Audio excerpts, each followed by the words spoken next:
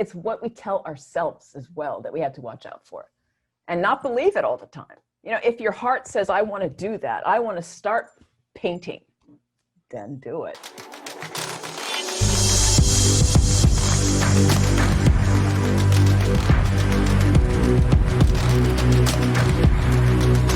Roxanne is a Vogue model, and she's traveled the world extensively, and she's been modeling since she was 3. And that's a lifetime in the industry, if I can say that.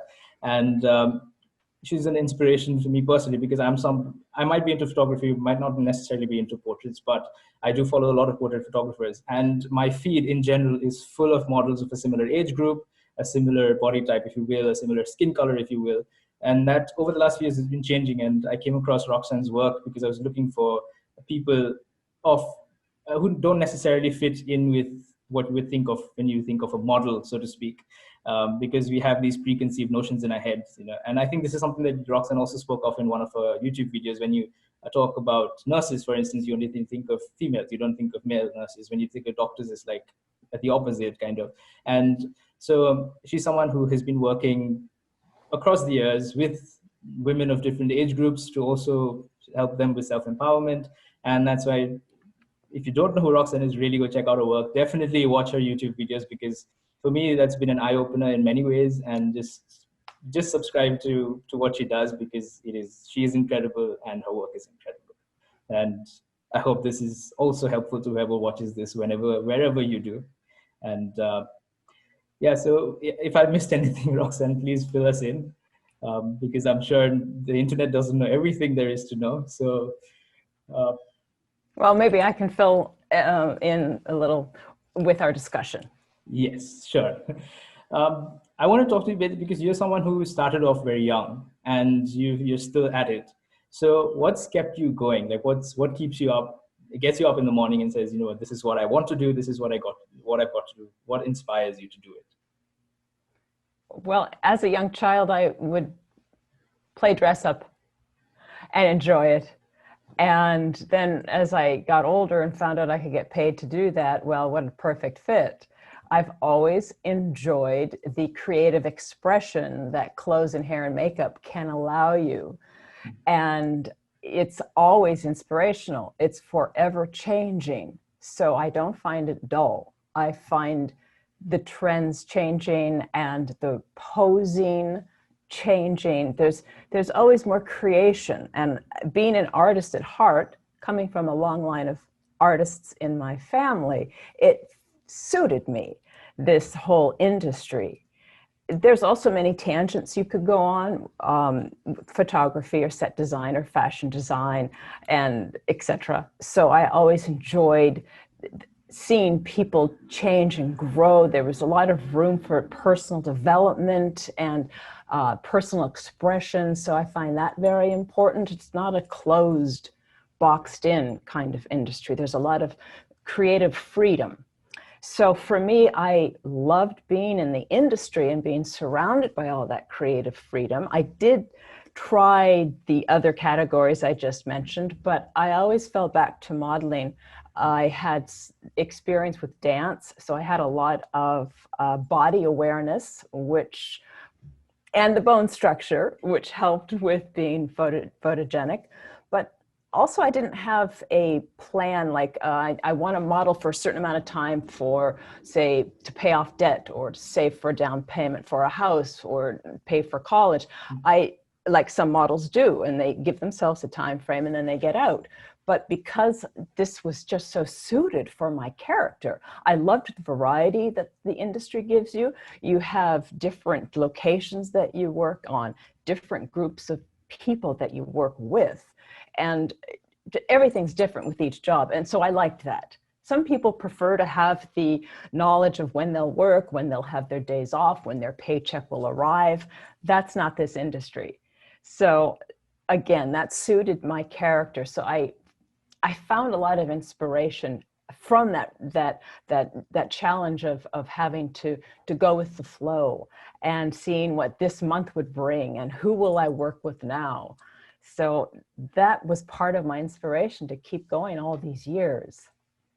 Wow, that's incredible. The focus on people and seeing how people have also grown over the years. You've grown in the industry, to put it one way.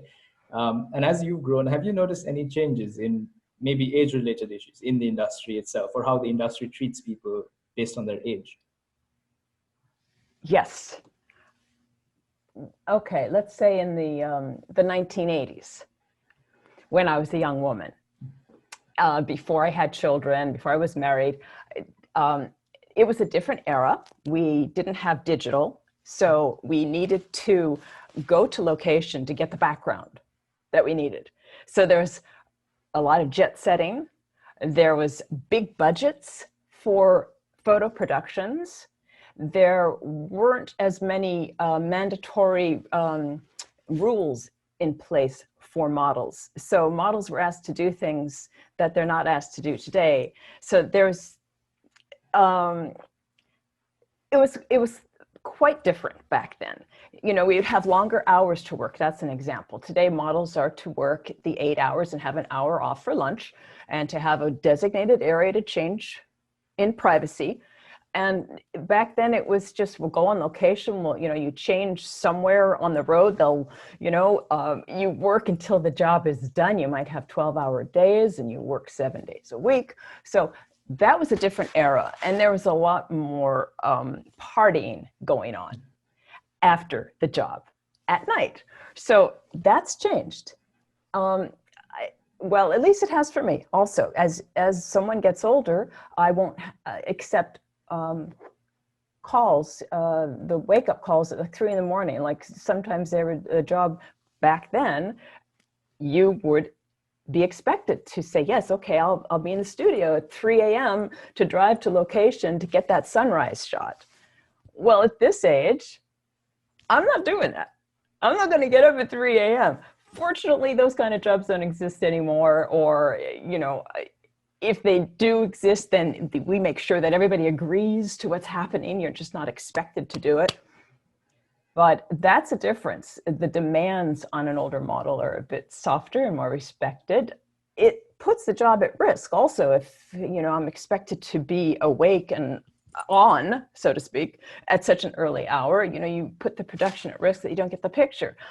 I don't wake up as quickly as I did when I was younger. So, I'm not that Ferrari where you just get in the car and you hit the gas and you're gone in a few seconds to 120 miles an hour. It's more like a Rolls Royce. It's built to last, but you have to take care of it. So you start the engine slowly and then you get the job done. I like the analogy of the Ferrari versus Rolls Royce. That's beautiful. But just out of curiosity, since you said the industry's changed also, there are lots of things that don't happen today that used to because of regulations in place, for the better, of course. Do you think people treat you differently as well? That because you started when you were 3. So of course, during your teenage years maybe, or early 20s, then 30s, and then now, of course. Have you seen people treat you differently because, not just because of the color of your hair or just because of the experience that you have in the industry, but just because of your age? Yes, I think because I'm older, I get more respect, but that has nothing to do with the industry. Like if you and I were to meet someone in their 90s, we would treat them with respect and a little more gentleness and finesse just because of their age. So yes, I do get that in the industry. And I think it wouldn't matter if I were in the industry or not. I think just, society just says, with an older person, you're a little more respectful. So I do get that. And I also get asked my opinion more. When you're younger, people might ask you a question and not really care about the answer so much. But now I think my words hold more weight, I suppose, because I do have more experience. So that's very nice. That's a benefit of aging. Yeah, but that's interesting that you say that, because very often we think of models as being people who are directed rather than people who have a say in maybe how the direction of a shoot, or Exactly. So would you have a say now more in terms of how the outcome of a shoot, for instance, or how you are also portrayed in that sense? Yes, absolutely. I will have a say, and if I refuse, they will accept it, whatever it may be. And also with the makeup or my look, if I want to add or subtract something to what they're doing, they immediately do not hesitate and listen to my wish. And that's very nice. I respect them for doing that, for them to respect me. Where as a younger model, they just make you up as they want, and you don't really have much say. So that is a difference, being older and having my opinion be listened to. It's nice. And how much of your experience outside of modeling how much would you bring into modeling? Because you do a lot of stuff outside of modeling. For instance, your beliefs and, just helping people heal and grow. That's something that you are very much involved with, which we might not necessarily see in the industry specifically as being, oh, you know what, this is something that is important as well, which it is. So how much do you think you bring into when you're working as well? Well, for me personally, I bring that type of mindset into every interaction I have inside the studio and outside of the studio. So a lot goes on behind the scenes that are never revealed. And I go to every job praying that I will say exactly what needs to be said to whomever I'm speaking to in ways that I have no idea. And to me, that is the value of my job. The interactions with people, the conversations, people open up to me and share their heart with me. You get kind of up close and personal with a makeup artist or who's right there in your face, or the stylist that's zipping you up. You're together all day in a very close, intimate way. And so conversations develop. And this is where I hope to help. It's not so much the end product. Of course, I want to deliver a beautiful picture and work as a team to come to the perfect end product that we're working towards, which is fine photography and great marketing. But those connections with the people behind the photograph is what is so enriching for me. Wow, yeah, that's true. Without people, I mean, what's the point of it all? Right. And we can give to each other in more ways than one. Yeah, that's true. Especially, you think of today's world as being so polarized in many ways and, increasingly so. But then the point is we are here to build each other up, to help each other. And if we don't do that, then are we even human for that matter? Uh, you know. So, Absolutely. so in terms of the connections that you build or even conversations that you have, very often, this has just been my limited experience from things that, or people that I have met, at least in the industry, when it comes to advertising and things like that. Lots of conversations are very superficial, especially with regards, and I don't know if this is something that you've experienced, but if it's a younger person that we're talking to, we're more talking about, looks and, maybe past work, things like that. But if it's an older person that we're talking to, generally we start talking about life and philosophy and all of these things. Have you experienced that, or maybe have you experienced a shift in conversations over time? Wow, that's a very general question. To answer that generally, I think younger people have this type of joie de vivre and energy and excitement about life that gets more seasoned as you get older. And as you get older, you want to talk about things that have more depth because that's just the way it is. And younger people like to talk about silly things more often. And that's fine. That's, imbued with energy that can uplift everybody. And it's okay to be silly and talk about things that are trite. That's all right. I mean, that's perfect for them at that age. I did that too. I'm sure you did that too as a younger man. And we all have these perfect categories in life that we must live through. And I think as we age, we need to let them go as we move to another category in life, a more mature category. And part of the culture tries to hold on to what was. And that's to our detriment, because each category in life has beautiful opportunities to experience. For instance, if you're a single person, you get married, you have a child, you have to give up that freedom. But you gain the wisdom of knowing what love is by having a child. So it's a give and take. You get rid of something and the universe fills it with something new. And if our culture could just allow that transition to happen naturally, I think there'd be a lot more mental health in our world. Yeah, absolutely. Because one of the conversations that topics that we were talking about was, in terms of milestones. Very often, you're like, I have to finish college by 17. I have to get married before I'm 30. I have to own a house, so and so. And what you just said, it should happen naturally. It's not about forcing things to happen there. Were there milestones that maybe you experienced or you that were forced on you, for instance, based on your age, saying, at this age, you've got to achieve this or do this, for instance? Well, in context of this conversation in the fashion industry, yes, when I was early 30s, I had my first child. So I mentally had a whole different definition of who I was. All of a sudden, I'm just not a woman, I'm a mother as well. That's another title. And my responsibility shot up. And I had to redefine myself and being responsible for this new human being. Okay.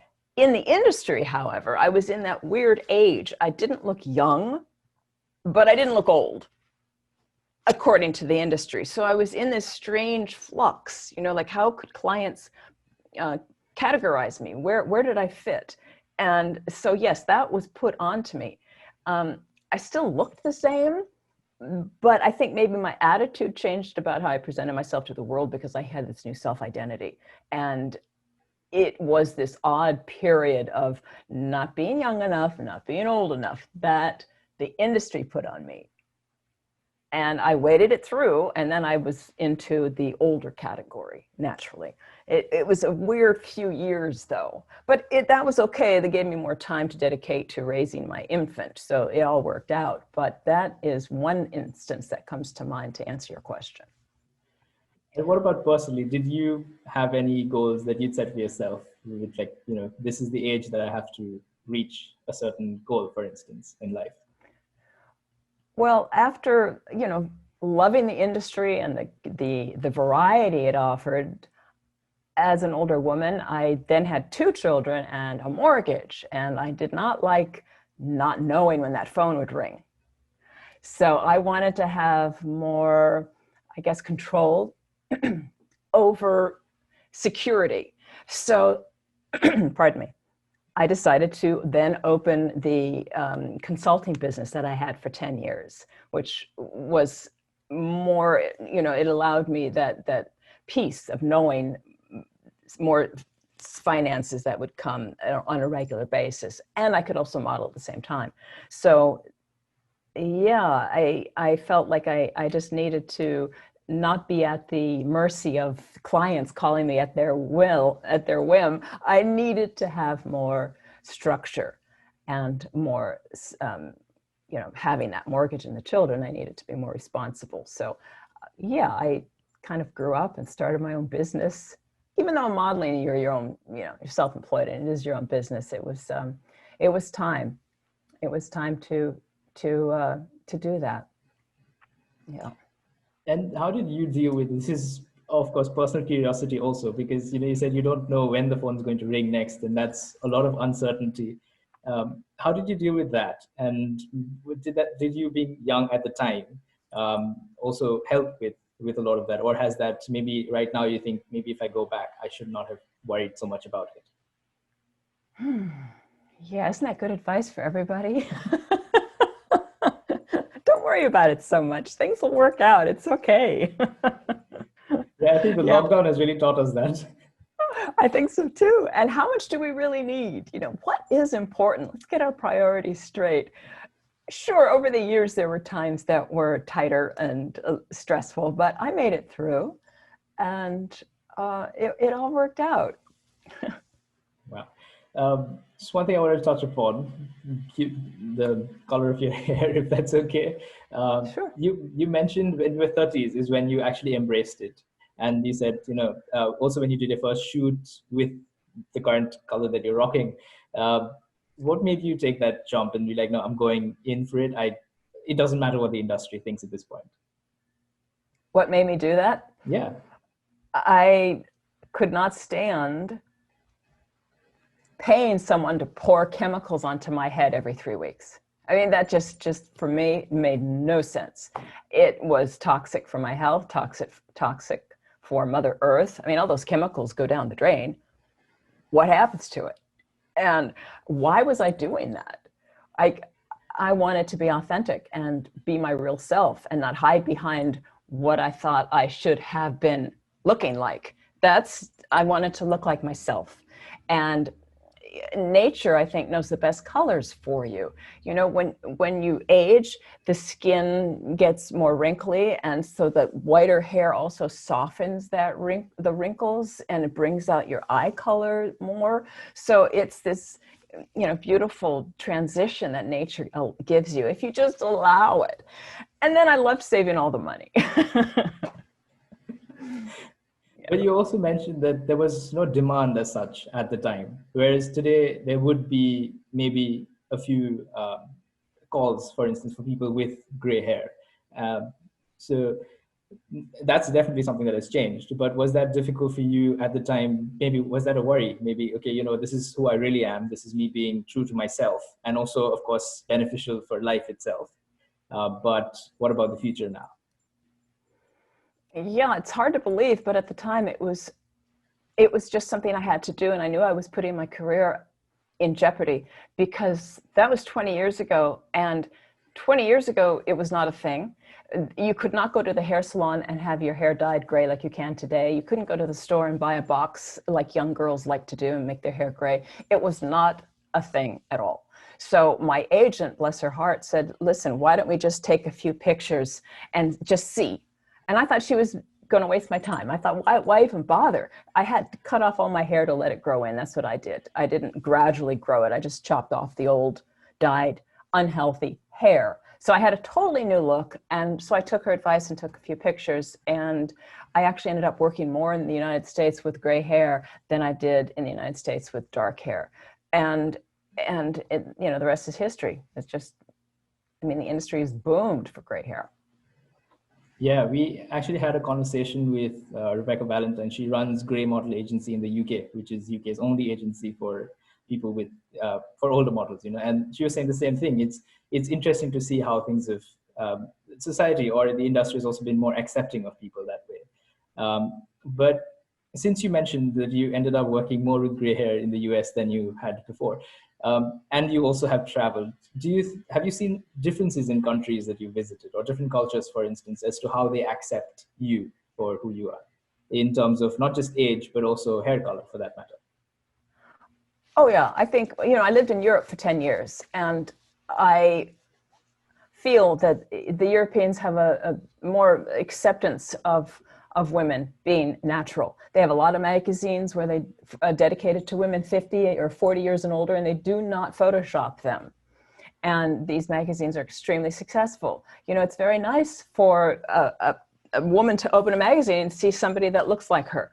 And they understand that. Here in America, it's a little bit different. We aren't quite as accepting, but it is changing. You know, you have Jane Fonda, you have Lauren Hutton, you have Helen Mirren, and these women are regarded as beauties, and they're all past 70. And there are more women that are now just saying, yeah, this is who I am, this is how I look, and it's okay. I look pretty good, and I'm still rocking it. I'm still busy. So fortunately, we're kind of headed in the way that Europe was back then. I mean, we might be behind in that area, but we're gaining. We're catching up with them.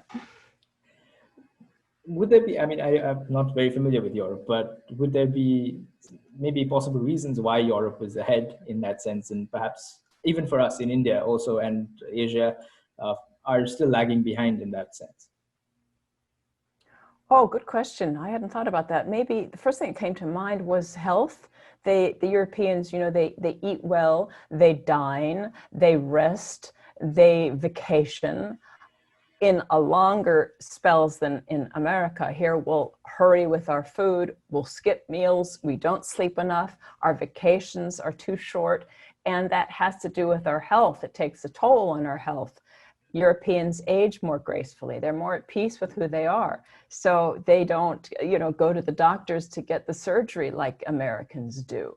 And it could be based on how they approach life. It's a bit more healthy and natural. So it is all about the mindset, not. Big time. Oh yeah. So in terms of the mindset, because I've watched a few of your videos, and this is something that you really touch upon, even with growing older. So who defines when you're too old? And I noticed in one of your Q&A, somebody had mentioned, do you feel too old? And you said, define old.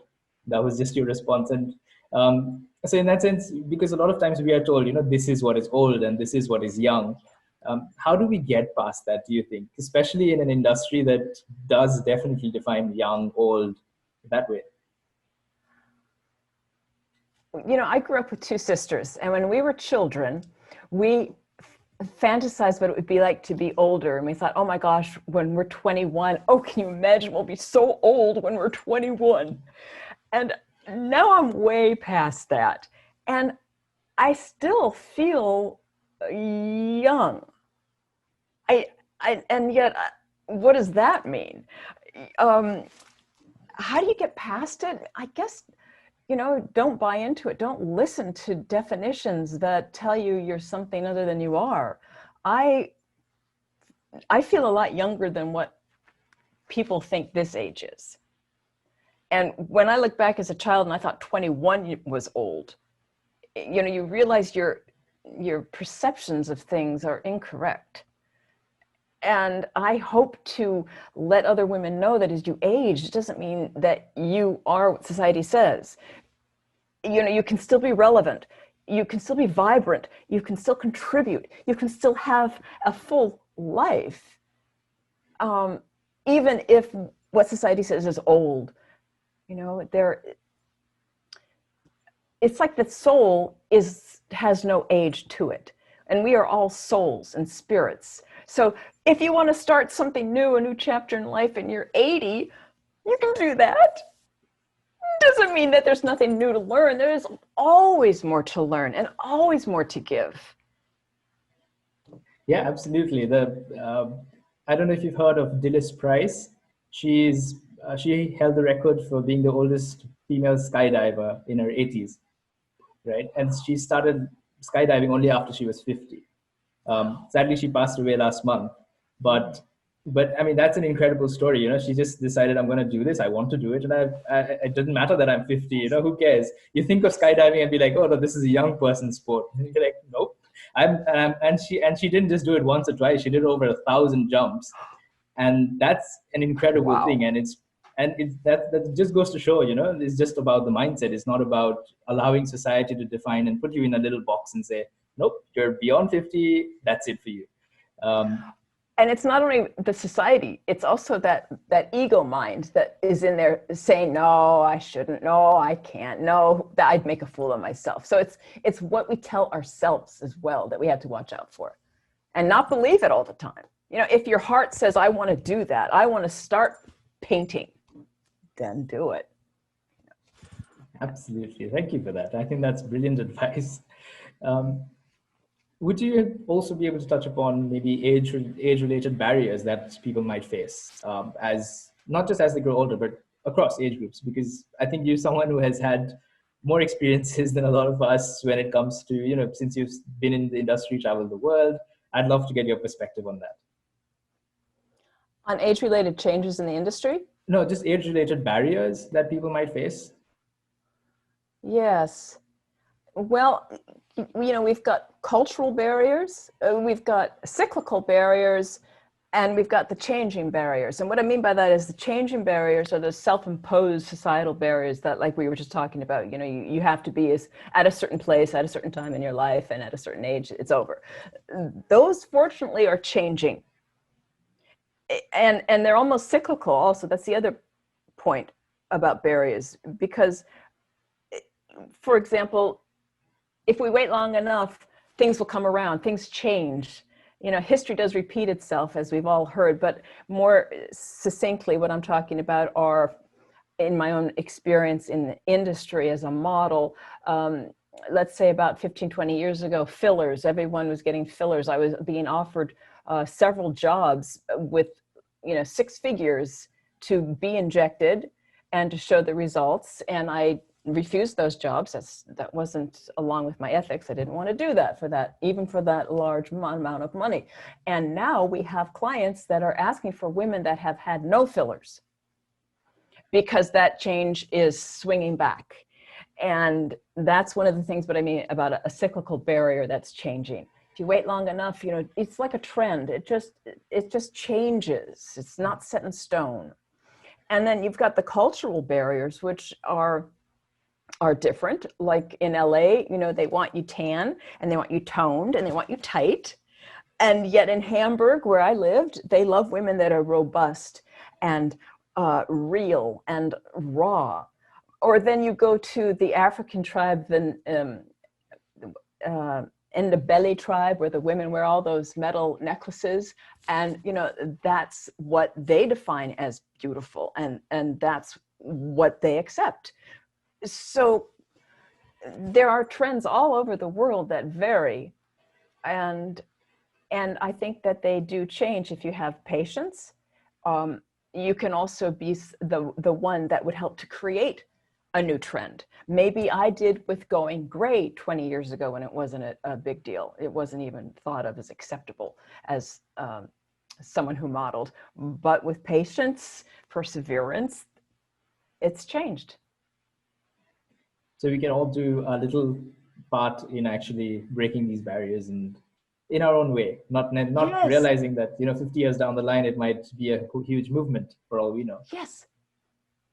That's amazing. I mean, this is something that I think a lot of us don't realize is, you know, it just takes one person to start the process, and then everybody, as long as you join together. I also like you touched upon different cultures and how they look at beauty as well. Could I ask you, how would you define beauty?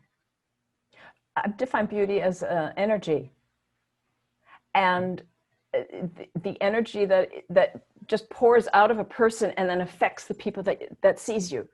You know, beauty is meant to uplift. Nature, when you have a perfect flower at its pristine point of being unfurled and fragrant, and it's just at its perfection, it uplifts us on some level. And a person's beauty, not the body, but the spiritual beauty of a person, can uplift whoever they come in contact with. And we all know what that feels like when you just engage with someone and you left feeling better than when you saw them. And that's beautiful, that kind of upliftment, that engagement where you just feel better than before. Speaking of that, do you, like, also just referring to another video that you had made on stereotypes based on age, and you listed a lot of things, and those are very true even for, I mean, across cultures. I think a lot of those things. What about, have you come across stereotypes that people have labeled you under, for instance, and maybe where do they come from? Any thoughts on that? Yeah, stereotypes. Older people think about retirement, think about medication, think about, you had said it in your email to me, you know, cruise ships, right? Yeah. And that's a stereotype, because not all older people want to go on cruises. And again, it's the mindset. As you get older, I think we need to have a view to define older people as being vibrant in the ad industry, older people that like literature and the arts and volunteering. Personally, I was in Vogue 3 times this year, and it wasn't for all those stereotypical things. It was actually being interviewed for my opinion about fashion, kind of like what we're talking about in the industry. So that was breaking down a stereotype of Vogue, you know, kudos to them. And yet in America alone, 50% of the people that are 50 years and older have the most disposable money. So of course the marketers are going to give them what they think they can sell them, which are the cruise ships and the medication. But I don't think that that's a true representation of the older people, you know, that is too stereotypical. We have more vibrancy in our lives than just thinking about aches and pains and sagging skin. Absolutely. Just a quick plug for your videos. If definitely go and watch Roxanne's videos on age-related stereotypes, as well as on age-appropriate clothing, because I think what you say there is really profound, and I think all of us, regardless of what our age is, regardless of who we are, really need to hear that. So definitely listen to that. Thank you. Just getting to a little personal in terms of you, and have you come across anyone who, or any assumptions that people have made about you based on your age, or has that not been something that you've experienced? Generally, I have not experienced that, which has been wonderful. So no, nothing comes to mind. Well, that's great to hear. At least, I mean, that's positive, you know. I think that proves that change is happening, and it is happening in a positive way. That's good. Yeah, let's hope so. I think you're doing a lot in terms of in breaking those barriers. And I just wanted to know if you had to list maybe top three or top five stereotypes or biases, age-based biases that you hope would just be done away with, what would those be? I think I can only speak about the women, right? Stereotypes placed on women. And that would be that we have to look other than how we naturally look. Now, I'm not somebody who says every woman has to be natural. If they want to have a nose job, or if they want to have red hair, pink hair, dye their hair, fine. I want them to feel good with how they are. And I think the stereotype is that women have to look a certain way in order to feel good about themselves. And for some reason, women have bought into that lie. And it stems with self-esteem and self-confidence. Women need to build their confidence about feeling happy with what they've been given in life. This is who I am, they need to say. And they need to present it to the world with confidence. And what is more beautiful than a confident woman? Let's see. So I think women need to get over that and not follow the stereotype of how they have to look or how they have to dress, because sometimes that certain piece of clothing can make a woman feel really good, and yet she won't wear it because she might feel she'll be laughed at. So maybe that's another thing, is not to, you know, be shocked when a woman shows up different than how we think she should look. You know, we need to be less judgmental and allow women to express themselves. And women have so much to offer. They need to find their voice and support each other. I think that's the other misconception, that women are catty and talk behind their backs and, you know, compete. And that is not what I find. I feel women are sisterly and supportive and want to build each other up. I find that a lot on social media and also in the studios.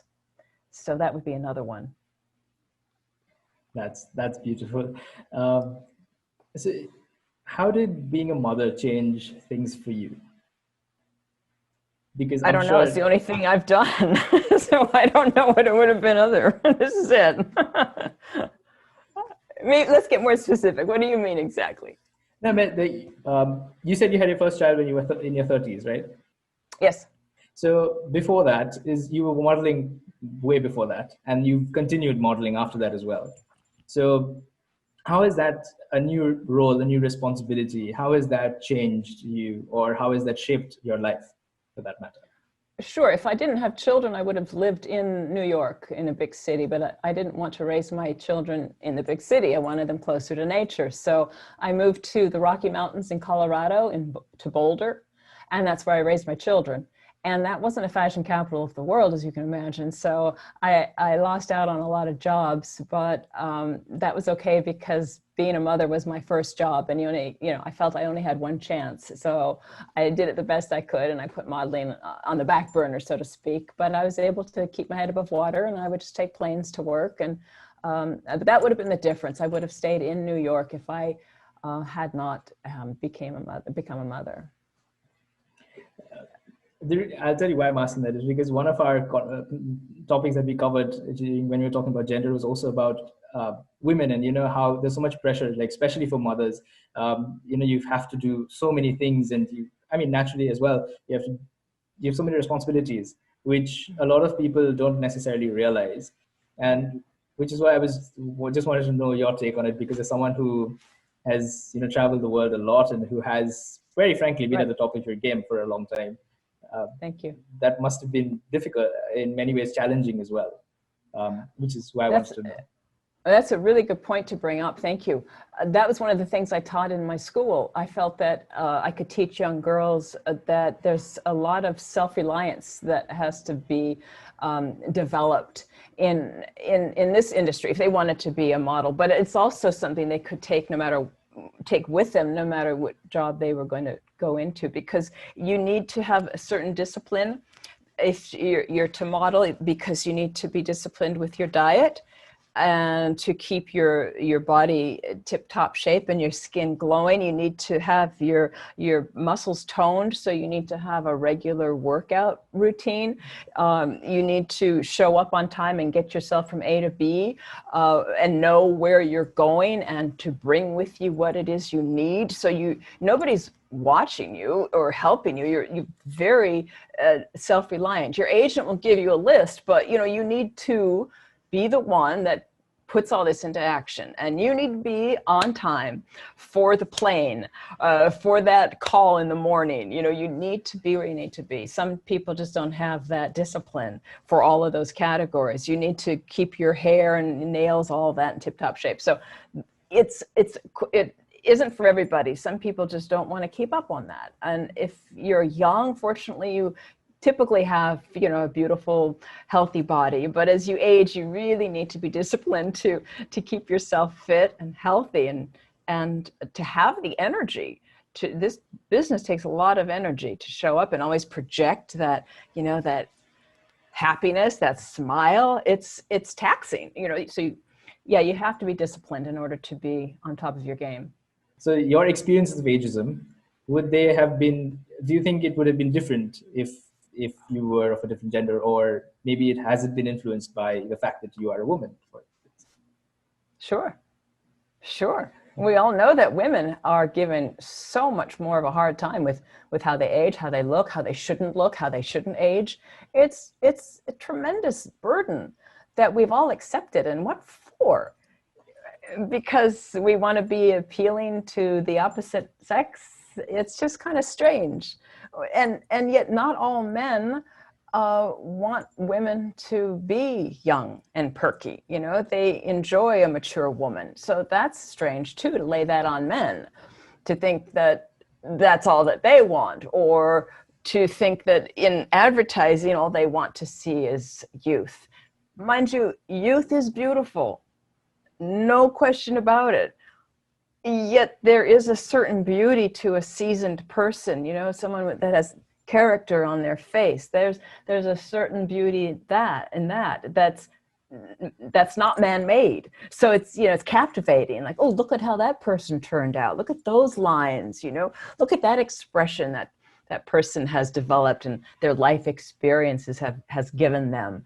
It's captivating in its own way. Youth is beautiful because it's just like a clean slate, and you look at the proportions and it's just magnificent in its beauty. But then so can age with personal expression be just as captivating and beautiful. I just wanted to touch on one more thing in terms of presentation of age, because we did touch upon how it's not necessary that all old people are into cruises and they're only thinking about retirement and things like that. But in the industry also, do you find there's a bit of tokenism when it comes to age related models as well? Like, we have to have somebody an older model, for instance, just to show that we are inclusive of age, or even to sometimes even fetishizing age very often, which is the other extreme. To do what with the age also? What was the second? Looking at it from a fetish perspective, like, So what's your take on it? Because I find this a little intriguing, but it's also taking it slightly to the extreme in many ways, rather than finding that balance. Well, I think I remember in the 80s, when I still had the dark hair and I was modeling quite a lot, they would have that token gray-haired model hired. And I remember that distinctly because it was a new trend. However, she would be out of focus in the background. And she would just be hired for like a half a day, just for a few hours. And I kind of felt sorry for her because, she just was there as this symbol, and it didn't really matter who she was. They just needed her there to fill that category of a gray-haired model. And then, a decade or two later, then I became that model where I would be hired for that token gray-haired niche, and I would be out of focus. And, you kind of shrug and say, well, at least I got, a job. But it has changed, and of course now I am front and center and I get booked often.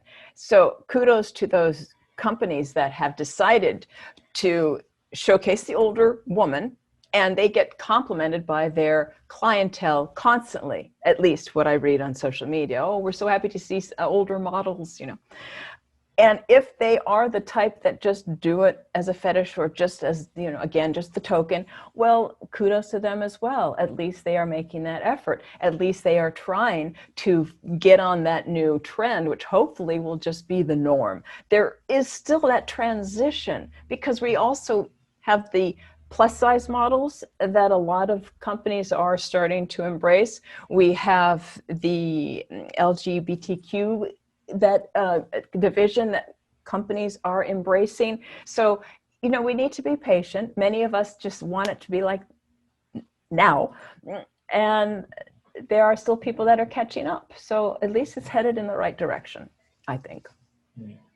Yeah, I think you're right in that representation also does matter, because if I don't relate to someone I'm seeing maybe on the pages of a magazine, I don't connect with it at all.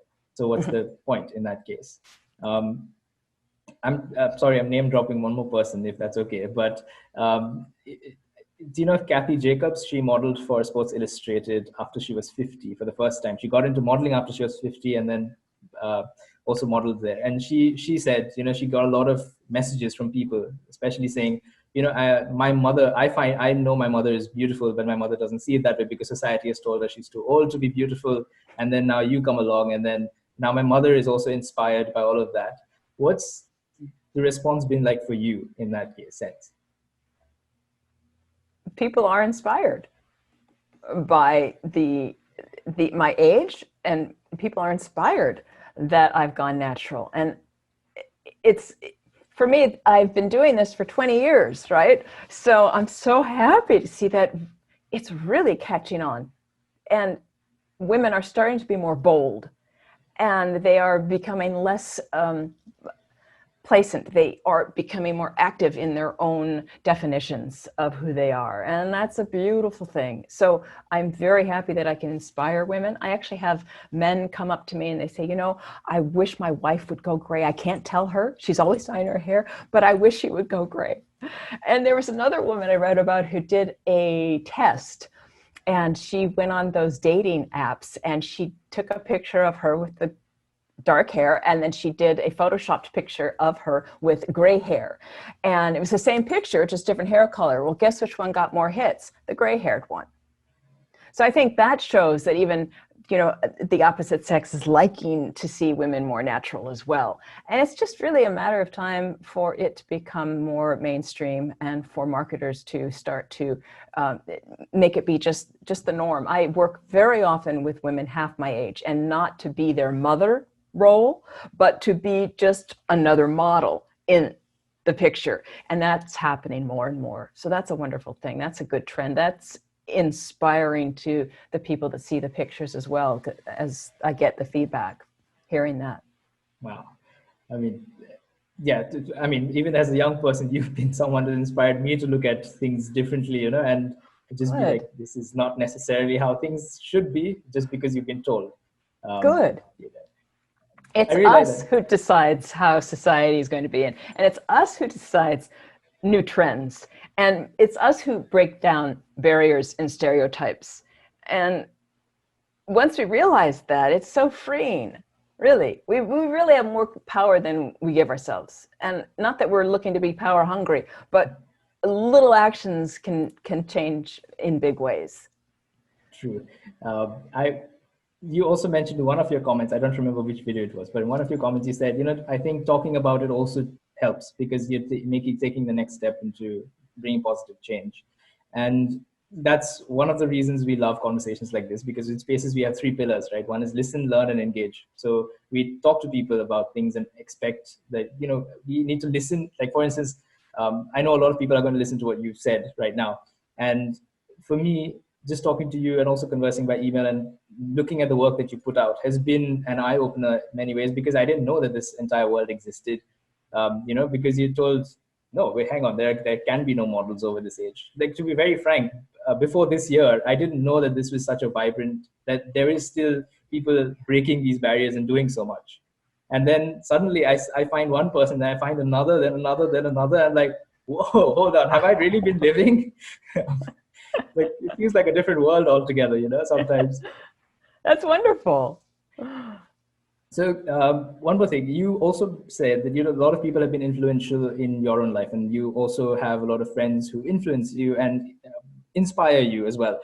You mentioned Elon Musk's mother as one of them, because she also, I think she got cover girl when she was 72, if I'm not wrong.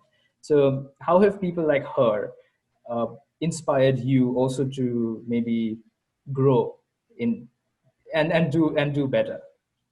Yeah, people like May Musk or the other women I mentioned keep me motivated to stay healthy and not give up, because there is still life, beyond 60 and 70 and even 80. I mean, look at Betty White, she's in her 90s.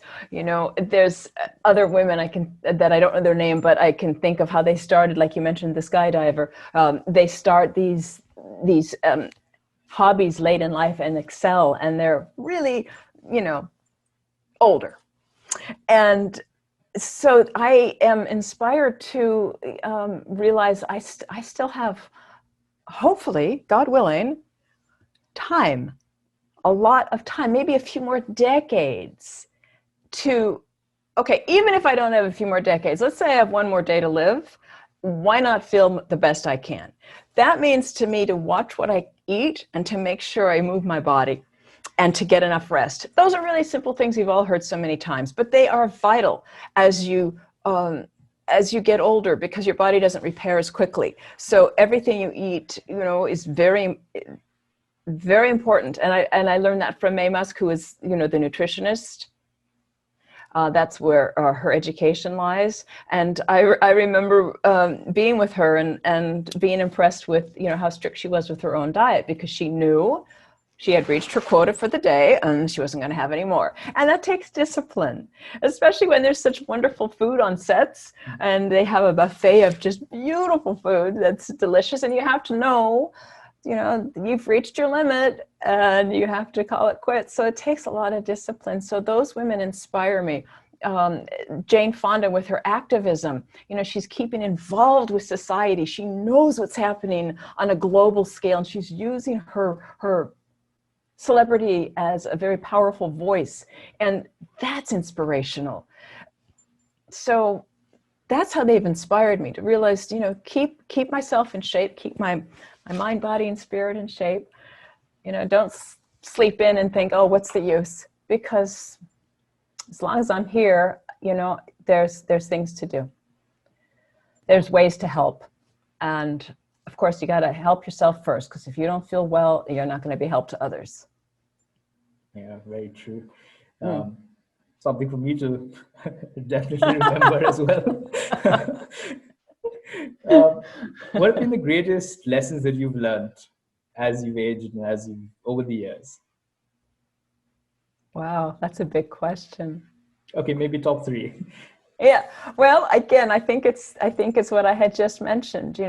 The keeping an eye on what you eat and listening to your body. Do I need to exercise? Do I need to rest? Or do I need to stretch? Do I need to meditate? What is my body telling me? My body is always signaling to me what is needed or what needs to be changed. And I think to fine tune that conversation you have with what your body's telling you is so beneficial, and to not ignore it, and to look at as a sign of something that's helpful rather than a concern. Like, if you have a backache and don't take the aspirin, just go stretch your back, as an example. So that's what I've learned, to really listen to your body, because that's what's going to carry you through your life. And it's your vessel that is your friend, and you just need to have this symbiosis with this. You need to understand it, and so that's important. And you do that through what you eat. You need to learn what works for your body. Some people can eat meat, some people can't. And then also for your spirit, your mind, what makes you healthy, what makes you happy. That's vital as well. True. This might be random, but if you could go back in time to any particular age, what age would that be, or why would you or would you not want to do that? Well, I remember being 10. It was so innocent, and I was such a happy child. I laughed. I loved skipping. I loved to climb trees. I loved to sing, and I wore my sister's clothes, so they were hand-me-downs, and it was fine. I wasn't concerned with how I looked. I just was loving how I felt. And it was a beautiful thing. Back then, a 10-year-old had just this childish freedom, which is a wonderful spirit. And I would love to feel that again. Would you give yourself any advice if you could go back and meet your 10-year-old self? Oh, probably what I said to you earlier. Don't worry so much. It'll work out. It'll be fine. Yeah. And would you have any words of advice for not just people into modeling or in the industry, but in general for women or otherwise, people who might feel burdened or pressured by age-based milestones that maybe society is putting on them, or because it's so ingrained in us? Any advice on how we could perhaps go beyond that? Listening to our own hearts is our best GPS system, and it never steers you wrong. It's always there to help, and all we need to do is listen to it. So I think listening to your heart is my advice. It kind of ends all that chatter that's out there and all the shoulds and the shouldn'ts, and just, what feels right to you is, I think, a great way to direct your life for your ultimate happiness. And one more thing, if for people like me, people like us who consume a lot of content, given so much in social media and wherever else, how could we work towards age positivity and helping others also grace agefully? This includes our own family members who might never be online, for that matter. Because I think a lot of us do struggle with this, because sometimes family members are bogged down by age, and then we're like, no, there's so much in you that we see, but it's difficult to talk sometimes. That's a beautiful question. What just came across my vision when you said that is to focus less on a person's age and more on helping a person. Because that puts you present, that makes you present, like the person in front of you, what is it they need? And everyone has their own needs, regardless of their age.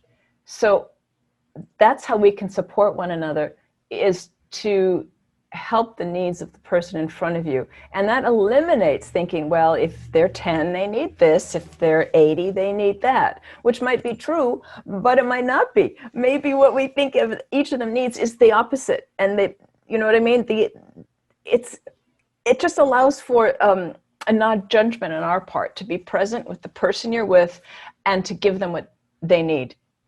And that eliminates us looking through a filter of biases or stereotypes. Wow. Yeah, I think it is important to note. A lot of us do have these filters, these biases, and we don't realize it very often. But right. It is important to look at the person for who they are, rather than what we are told, how we are told to look at them. That's very important. is there anything else you would like to add? Because I don't want to keep you for too long. I'm really sorry. I've already kept you for more than an hour. But if there's anything else you would like to add or tell us, that would be incredible. Well, thank you for the great interview. I do have one more piece of advice that hopefully will help people create a world that they enjoy more. And that's to help them be aware, or to shine a light on what they do today, they become tomorrow. And that's powerful. That's powerful. Every step we take is leading us to our future. So it takes some thought. What is it that we are doing? What inspires us? How are we spending our time? What is the tomorrow that we want to create? Because what you do today will be your tomorrow. There's no getting around that. And that's rather profound. I think that we need to really understand the power we hold within our actions, and everything we do has an effect. So, you know, what you do today for yourself and for others will create our tomorrow. I hope that what we share today will help somebody somewhere. That's my whole purpose for living, is to help somebody somewhere with my words. I am at home mostly. I don't work that much anymore because I can't get to New York because of the quarantine. And I'm on social media a lot. And that's kind of how my own industry is changing. I'm more online, more as opposed to in the studios. So I just want to, that's why I want to develop the YouTube channel, my Instagram account, because I want to reach more people, because I'm older and people are asking me and wanting to hear my answer like never before. So if there is a platform for me to say my little piece and share my experiences, may it help somebody. I think everyone needs to listen to what you have to say, because for me, although I'm not even a model, and I still feel that's really helped me a lot and taught me a lot. So I will link those things to anyone, find them in the description, and also on our social media, we'll link that. And definitely go follow Roxanne and what she does and what she stands for, who she is. That's more important, I think. She is an inspiration, that just to say the least.